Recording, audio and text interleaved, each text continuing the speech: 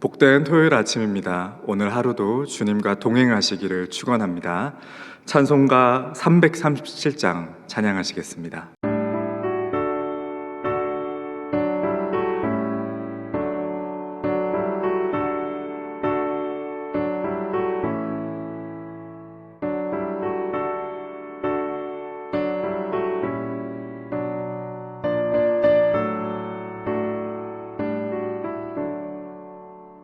내 모든 시험 무거운 짐을 주 예수 앞에 아뢰이며 근심에 쌓인 날 돌아보사 내 근심 모두 맡으시네 무거운 짐을 나 홀로 지고 견디다 못해 쓰러지네 불쌍히 여겨 구원해 주리 은혜의 주님 오직 예수 내 모든 괴로움 닥치는 말라 주 예수 앞에 아뢰이며 주께서 친히 날 구해 주사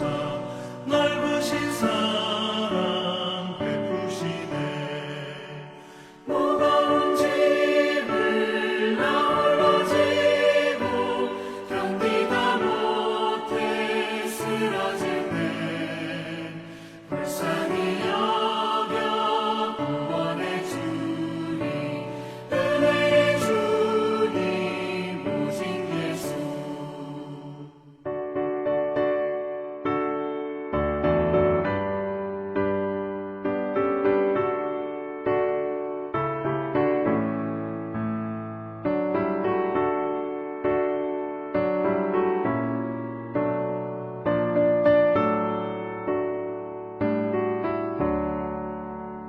내 짐이 점점 무거워질 때 주 예수 앞에 아뢰이며 주께서 친히 날 구해 주사 내 대신 짐을 져주시네 무거운 짐을 나 홀로 지고 견디다 못해 쓰러지네 불쌍히 여겨 구원해 주리 은혜의 주님 오직 예수 마음의 시험 무서운 죄를 주 예수 앞에 아뢰이며 예수는 나의 능력이 되사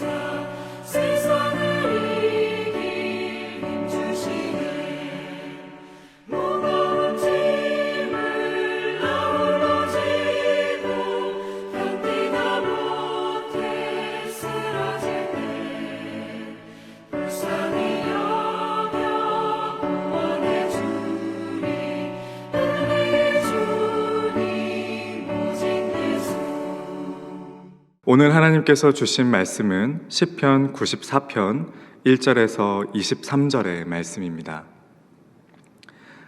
봉독하도록 하겠습니다. 여호와여 복수하시는 하나님이여 복수하시는 하나님이여 빛을 비추어 주소서 세계를 심판하시는 주여 일어나사 교만한 자들에게 마땅한 벌을 주소서 여호와여 악인이 언제까지 개가를 부르리이까 그들이 마구 시끄리며 오만하게 떠들며 죄악을 행하는 자들이 다 자만하나이다 여호와여 그들이 주의 백성을 짓밟으며 주의 소유를 곤고하게 하며 과부와 나그네를 죽이며 고아들을 살해하며 말하기를 여호와가 보지 못하며 야곱의 하나님이 알아차리지 못하리라 하나이다 백성 중에 어리석은 자들아 너희는 생각하라 무지한 자들아 너희가 언제나 지혜로울까 귀를 지으신 이가 듣지 아니하시랴 눈을 만드신 이가 보지 아니하시랴 뭇 백성을 징벌하시는 이 곧 지식으로 사람을 교훈하시는 이가 징벌하지 아니하시랴. 여호와께서는 사람의 생각이 허무함을 아시느니라. 여호와여, 주로부터 징벌을 받으며 주의 법으로 교훈하심을 받는 자가 복이 있나니 이런 사람에게는 환난의 날을 피하게 하사 악인을 위하여 구덩이를 팔 때까지 평안을 주시리이다. 여호와께서는 자기 백성을 버리지 아니하시며 자기의 소유를 외면하지 아니하시리로다. 심판이 의로 돌아가리니 마음이 정직한 자가 다 따르리로다. 누가 나를 위하여 일어나서 행악자들을 치며 누가 나를 위하여 일어나서 악행하는 자들을 칠까? 여호와께서 내게 도움이 되지 아니하셨더라면 내 영혼이 벌써 침묵 속에 잠겼으리로다. 여호와여, 나의 발이 미끄러진다고 말할 때 주의 인자하심이 나를 붙드셨사오며 내 속에 근심이 많을 때에 주의 위안이 내 영혼을 즐겁게 하시나이다. 율례를 빙자하고 재난을 꾸미는 악한 재판장이 어찌 주와 어울리리까? 그들이 모여 의인의 영혼을 치려하며 무죄한 자를 정죄하여 피를 흘리려 하나 여호와는 나의 요새이시요 나의 하나님은 내가 피할 반석이시라. 그들의 죄악을 그들에게로 되돌리시며 그들의 악으로 말미암아 그들을 끊으시리니 여호와 우리 하나님이 그들을 끊으시리로다. 아멘. 지금 읽은 시편 94편의 말씀은 하나님을 향한 간절한 호소가 담겨 있는 탄원시입니다. 사람들은 이런 호소가 담겨 있는 시를 하나님을 향해서 탄원한다라고 표현합니다. 그렇다면 탄원이라는 뜻은 무엇일까요? 탄원은 그냥 부탁하는 것과는 조금 다르다고 볼 수 있습니다. 부탁이란 들어주면 좋지만 뭐 안 되면 어쩔 수 없죠. 할 수 없죠. 다른 방법을 찾아보겠습니다. 라고 하는 약한 호소와 같습니다. 그러나 탄원은 다릅니다. 탄원은 나는 힘이 없고 오직 당신만이 해결해 주실 수 있다는 것을 알기에 온 마음을 다해 매달리는 것입니다. 자녀가 아파서 응급실에 갔는데 고쳐주시면 좋고 뭐 안 고쳐주시면 어쩔 수 없죠 라고 말하는 부모는 없을 거예요. 또 가족이 억울하게 누명을 써서 뭐 재판이 회부되었는데 무죄 판결을 받으면 좋지만 못 받으면 어쩔 수 없죠 라고 말하는 가족은 상식적으로 아마 없을 것입니다. 정상적인 사람이라면 가족이 아팠을 때 혹은 억울하게 누명을 써서 재판에 회부되었을 때 제발 좀 살려주십시오. 제발 억울한 누명을 풀어주십시오 라고 간곡하게 호소를 청할 것입니다. 바로 이 간절한 호소가 성경에서 말하는 탄원인 것입니다. 오늘 시편 기자는 이렇게 하나님께 탄원합니다. 1절에서 3절까지죠. 여호와여, 복수하시는 하나님이여, 복수하시는 하나님이여, 빛을 비추어 주소서. 세계를 심판하시는 주여, 일어나사 교만한 자들에게 마땅한 벌을 주소서. 악인이 언제까지 개가를 부르리까? 그렇습니다. 지금 시편 기자는 악인을 보면서 고통스러워하고 있습니다.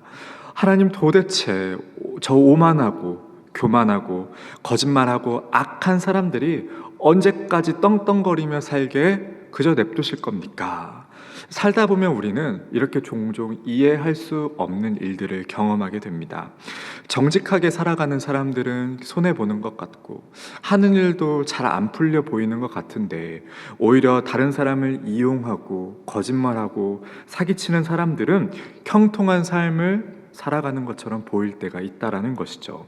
그리고 그런 것을 볼 때 우리가 어떠죠? 속이 뒤틀리는 것 같은 분노를 경험하게 됩니다. 그런데 오늘 시편 기자의 특이한 점이 무엇이냐면 감정적으로 매우 솔직하다라는 점입니다. 자신의 분노를 지금 숨기지 않고 하나님 앞에 기도로 쏟아내고 있습니다. 억울하고 답답한 마음을 숨기지 않고 하나님 앞에 막 쏟아놓고 있습니다. 그래서 이 시편 기자의 특징은 감정적으로 매우 솔직한 사람이라고 볼 수 있습니다. 그런데 또 한편 다른 측면에서는요, 그는 영적으로 매우 명철한 사람인 것을 보여주고 있습니다. 8절에서 11절의 말씀인데요. 백성 중에 어리석은 자들아 너희는 생각하라. 무지한 자들아 너희가 언제나 지혜로울까. 귀를 지으시니가 듣지 아니하시랴. 눈을 만드시니가 보지 아니하시랴.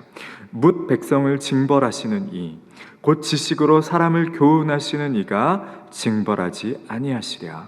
여호와께서는 사람의 생각이 허무함을 아시느니라. 아멘. 지금 시편 기자는 매우 솔직합니다. 다른 종교적인 사람들보다 분노를, 그의 답답함과 억울함을 하나님께 기도로 표현하고 있습니다. 이것을 보고 종교적인 사람들은 아니 어떻게 하나님께 이렇게 감정적으로 무례하게 표현할 수 있어? 어떻게 하나님께 이렇게 저렇게 분노를 표현할 수 있지? 하나님께 용서와 사랑의 마음을 달라고 간청해야 하는 것 아니야? 라고 볼 수도 있을 것입니다. 하지만 시편 기자는 이런 종교적인 사람들보다 훨씬 하나님 앞에 솔직하고 정직한 모습과 동시에 영적으로 더욱 명철한데, 그것은 인간의 한계를 누구보다 더욱 잘 알고 있는 사람이기 때문에 그렇다라는 것입니다. 지금 이 시편 기자는 하나님을 두려워하지 않는 악인들의 인생이 얼마나 허무한 것인지를 꿰뚫어 보고 있다라는 것입니다. 그리고 그는 악인의 형통함을 부러워하지 않습니다. 그리고 하나님 붙잡기를 멈추지 않습니다. 이것이 영적으로는 솔직하지만 다른 한편으로는 영적으로 아주 명철한 오늘 시편 기자의 영성이라고 할 수 있는 것입니다. 대부분의 사람들은 하나님이 내 삶에 역사하시지 않는 것처럼 보일 때, 내 삶에, 그리고 나의 삶의 주위에 일어나는 일들이 이해가 되지 않을 때 너무나도 쉽게 하나님을 잊어버립니다. 그리고 어떡하죠? 악인의 형통을 부러워하고 악인들의 길을 쫓아가며 살아갑니다. 또 현실을 바라보며 낙심하고 절망하게 됩니다.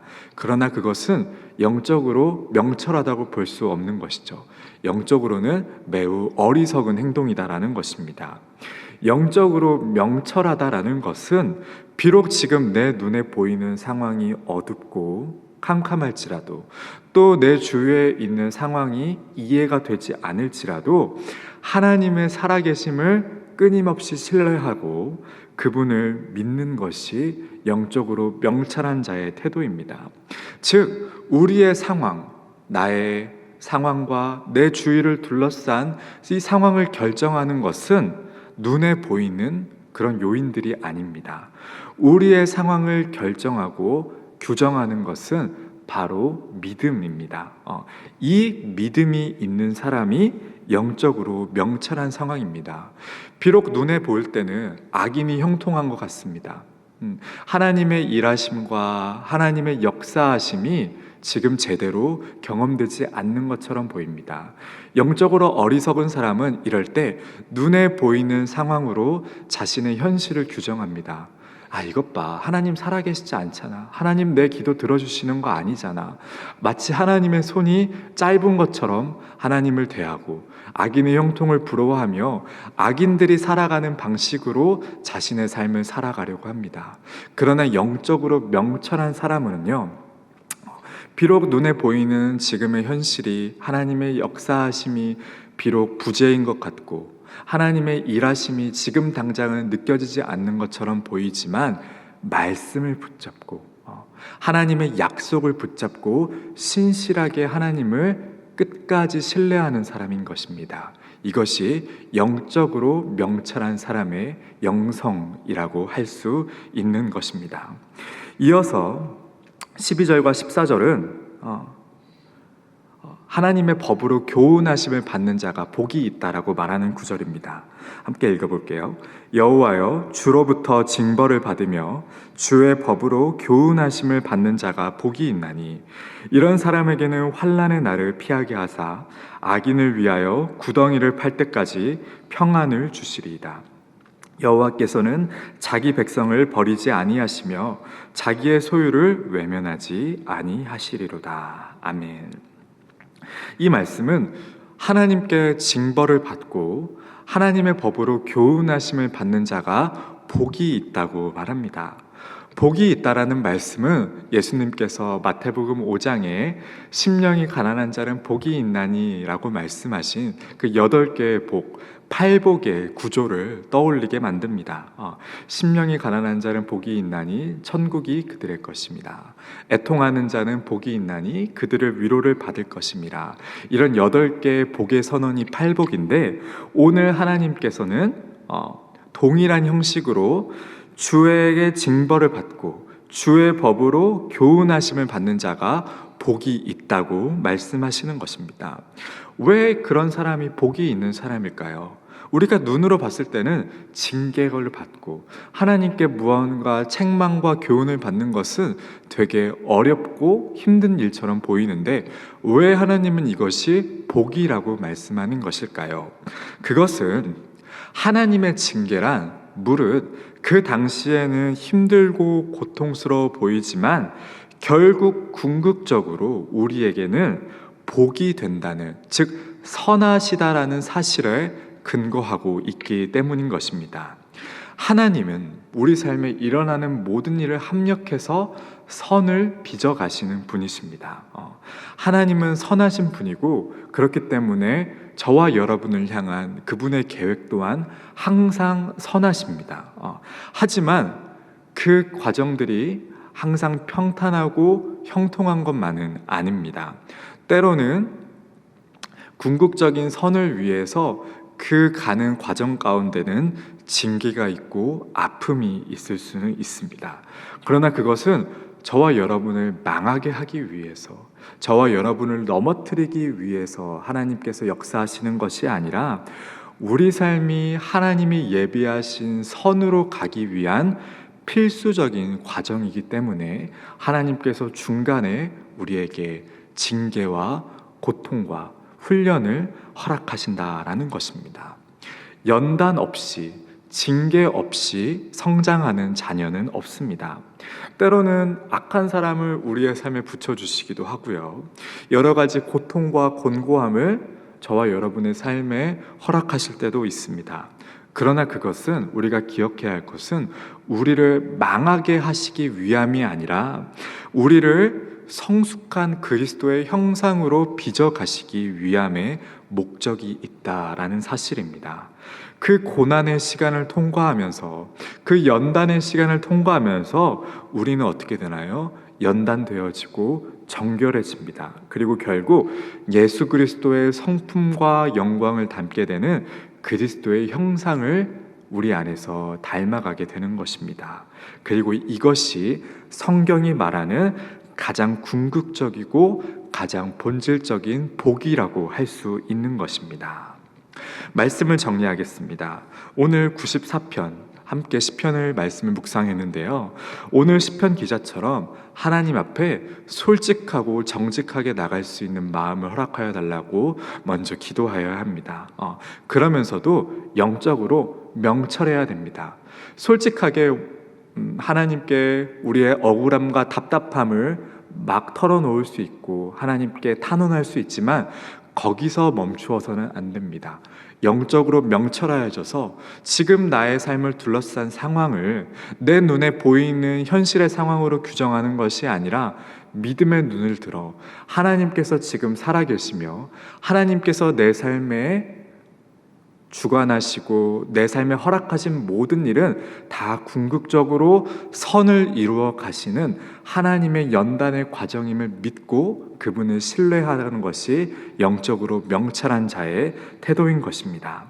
때로는 그 명철함을 우리가 갖기 위해서, 그 명철한 마음을 우리에게 성장시키시기 위해서 우리에게 연단과 징계를 허락하실 때가 있습니다.